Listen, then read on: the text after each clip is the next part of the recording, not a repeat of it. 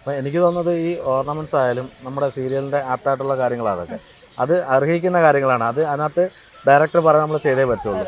അത് മാത്രമല്ല നമ്മൾ ഈ നോർത്ത് ഇന്ത്യയിലൊക്കെ സീരിയൽസിലൊക്കെ ഉള്ള ഒരു അപ്പിയറൻസ് നമ്മൾ ഈ സീ കേരളത്തിലെ ഒഫീഷ്യൽ പേജിൽ അങ്ങനെ എന്തെങ്കിലുമൊക്കെ കമൻസ് വരാറുണ്ടോ? കമന്റ്സ് നെഗറ്റീവായിട്ടും പോസിറ്റീവായിട്ടും വരാം. എന്ത് കാര്യം വേറൊന്നുമല്ല, നമ്മുടെ മലയാളം പക്ക സീരിയലുകളിൽ ഒരുപാട് അങ്ങനത്തെ ഓർണമെന്റ്സ് അല്ലെങ്കിൽ ഒരുക്കവും അങ്ങനെ കാണിക്കാറില്ല. വളരെ സാധാരണ രീതിക്കാണ്, നോർമലുള്ളതാണ് അതെ. പക്ഷെ ഇതൊരു തെലുങ്ക് റീമേക്ക് ആണ് ഈ സീരിയൽ. എനിക്ക് തോന്നുന്നു മറ്റ് ചാനലുകളിൽ എടുക്കുകയാണെങ്കിൽ സീ കേരളത്തിലാണെന്ന് തോന്നുന്നു ഏറ്റവും കൂടുതൽ ഓർണമെന്റ്സ് യൂസ് ചെയ്യുന്ന സീരിയൽസ്. ഓർണമെന്റ്സ് ആണെങ്കിലും വേഷമാണെങ്കിലും ക്വാളിറ്റി ആണെങ്കിലും എല്ലാം കൊണ്ടും സീ കേരളം നല്ല മുമ്പിൽ നിൽക്കുന്നുണ്ട്. അപ്പോൾ നമ്മുടെ ചാനൽ തന്നെയാണ് ആവശ്യപ്പെട്ടത്, ഇങ്ങനെ വേണമെന്നുള്ളത്, ഹൈ ഗെറ്റപ്പിൽ തന്നെ ചെയ്യണം എന്ന് പറഞ്ഞു. എന്നെ കൊണ്ട് പരമാവധി ഞാൻ ചെയ്യുന്നുണ്ടെന്നാണ് എൻ്റെ വിശ്വാസം. ഉറപ്പായിട്ടും ഉണ്ട്. ഇപ്പോൾ ഈ ഇപ്പം ഈ ഒരു വർഷമായിട്ട് പോകുന്നുണ്ട്, നല്ല രീതിയിലാണ് പോകുന്നത്. ക്യാരക്ടേഴ്സ് നല്ലപോലെ എല്ലാവരും നല്ലപോലെ പോകുന്നുണ്ട്. ഇനി അടുത്ത ഓഫർ, കാര്യം ഒരിക്കലും ആരും വിശ്വസിക്കില്ല ഈ സംസാരിക്കുന്ന കേട്ട് കഴിഞ്ഞാൽ ഫസ്റ്റ് സീരിയലാണെന്നുള്ളത്. ഒന്നുകൂടെ ഒന്ന് പറഞ്ഞുതരാം പ്രേക്ഷകരോട്. ആദ്യത്തെ സീരിയലാണ്, ആദ്യത്തെ പ്രോജക്റ്റാണ് സീരിയൽ, നല്ല ഫസ്റ്റ് പ്രോജക്റ്റ്. അതായത് സ്ക്രീനിൽ കാണുന്നതന്നെ ആദ്യമായിട്ടാണ് എല്ലാവർക്കും. ഇപ്പോഴും അറിയാത്ത ആൾക്കാരുണ്ട്, ഇഷ്ടം പോലെ പേരില്ലേ. തീർച്ചയായിട്ടും നമ്മുടെ സായികുമാറിൻ്റെ മകള് തന്നെയാണ് വൈഷ്ണവി. അപ്പോൾ വൈഷ്ണവി ആദ്യം ഞാൻ കണ്ടപ്പോഴേ എന്നെ തൊഴിക്കൊന്നും ചെയ്യല്ല കേട്ടോ.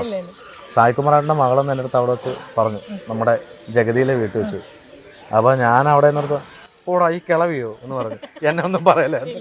പിന്നെയാണ് ഈ കാര്യം വെച്ചാൽ അതെ എന്ന് വെച്ചാൽ പിന്നെയാണ് ഞാൻ അറിഞ്ഞത് ഇത് ഫുൾ മേക്കപ്പാണ്.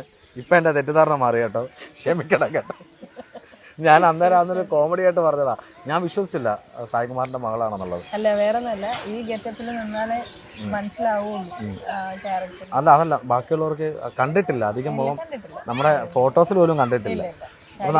അച്ഛൻ വീട്ടിലുള്ള സമയം വരെ സോഷ്യൽ മീഡിയ ഒന്നും അധികം ഫേസ്ബുക്കും ഇൻസ്റ്റയൊന്നും അത്ര ആക്റ്റീവ് അല്ലായിരുന്നു. അല്ല അതിനുശേഷമാണ് ഇതൊക്കെ വന്നത്. ഇപ്പോൾ ഈ ഒരു ഹസ്ബൻഡ് ഇത്രയും നല്ല സപ്പോർട്ട് ചെയ്യുന്നുണ്ട്. ഇനി അടുത്ത പ്രോജക്റ്റ് ഇപ്പോൾ ഇത് കണ്ടിട്ട് ആരെങ്കിലും ഒക്കെ വിളിച്ചിട്ടുണ്ടോ? വിളിച്ചിട്ടുണ്ട്, സീരിയൽസ് ആണെങ്കിൽ ഇതൊക്കെ വന്നിട്ടുണ്ട്. പക്ഷേ ഇവിടെ ടൈറ്റായിട്ട് ഷെഡ്യൂൾ പോയിക്കൊണ്ടിരിക്കുന്നത് അത്യാവശ്യം പ്രധാനപ്പെട്ട റോളാണ് ഇതിനകത്ത്. അതെ മെയിൻ ക്യാരക്ടർ അല്ലായിരുന്നു. അതുകൊണ്ട് ഞാൻ പറഞ്ഞില്ലേ, കണ്ടിന്യൂസ് ആയിട്ട് ഷൂട്ട് പോയിക്കൊണ്ടിരിക്കാം, നമുക്ക് വീട്ടിൽ പോലും പോകാൻ സമയം കിട്ടുന്നില്ല.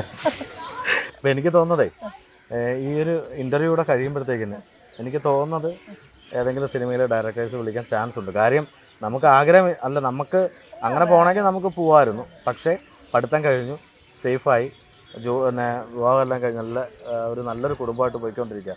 പിന്നെ ഒരു നല്ലൊരു ഓഫറൊക്കെ വന്ന സിനിമ നോക്കിക്കൂടെ? പിന്നെ ഉറപ്പായിട്ടും പറഞ്ഞോളാം എന്നാ. ഉറപ്പായിട്ടും അത് ചെയ്യണം എന്ന് തന്നെയാണ് ഞങ്ങളുടെ എല്ലാ ആഗ്രഹം. കാര്യം ഇനി എനിക്ക് തോന്നുന്നു കൂടുതൽ ഇനി അമ്മ കഥാപാത്രങ്ങൾ കിട്ടാൻ ചാൻസസ് ഉണ്ട്.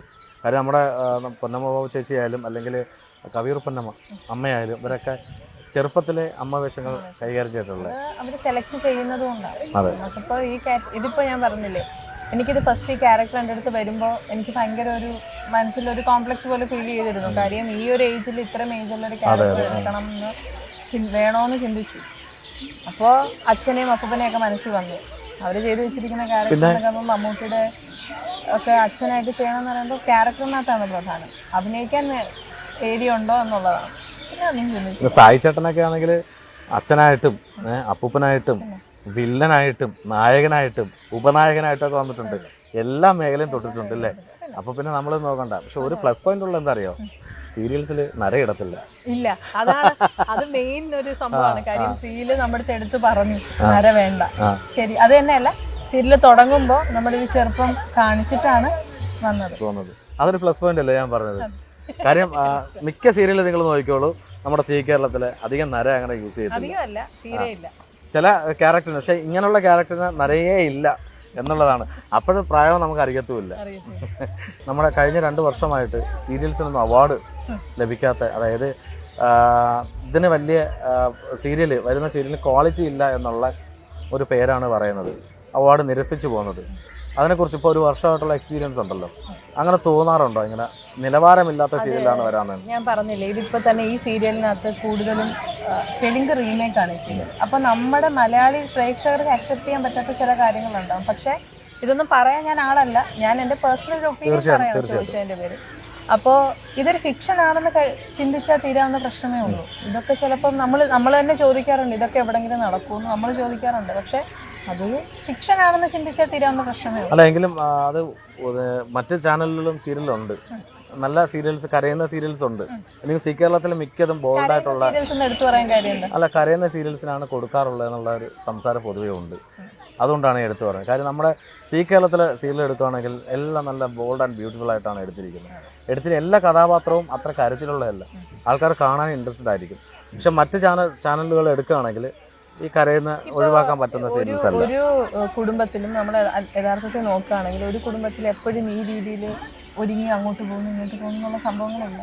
കരയുന്നെന്ന് പറയുന്ന എല്ലാ കുടുംബത്തിലും വിഷമങ്ങളും കാര്യങ്ങളും ഉണ്ട്. അല്ല ഇനി അതാണ് അവാർഡ് കൊടുക്കാൻ അവരുദ്ദേശിച്ചത്, കരയുന്ന സീരിയൽസിന് മാത്രമേ കൊടുക്കാന്നുള്ളത് ചോദിക്കണം. എന്താണ് നിങ്ങൾ ഉദ്ദേശിക്കുന്ന സംഭവം എന്ന് അവരുടെ അടുത്ത് തന്നെ ചോദിച്ചാലേ മനസ്സിലാവും. പക്ഷെ അതിലൊക്കെ ഒരു വിഷമം. ഇപ്പൊ സീരിയൽ ആർട്ടിസ്റ്റ്, ഇപ്പൊ ഒരു ആർട്ടിസ്റ്റ് എല്ലാവരും കഷ്ടപ്പെടുകയല്ലേ എന്റെ ഒരു ചെറിയൊരു റീസൺ വെച്ചിട്ട് നിലവാരമില്ല എന്ന് പറയുമ്പോഴത്തേക്ക് ഒറ്റയടിക്കത് തീർന്നില്ല.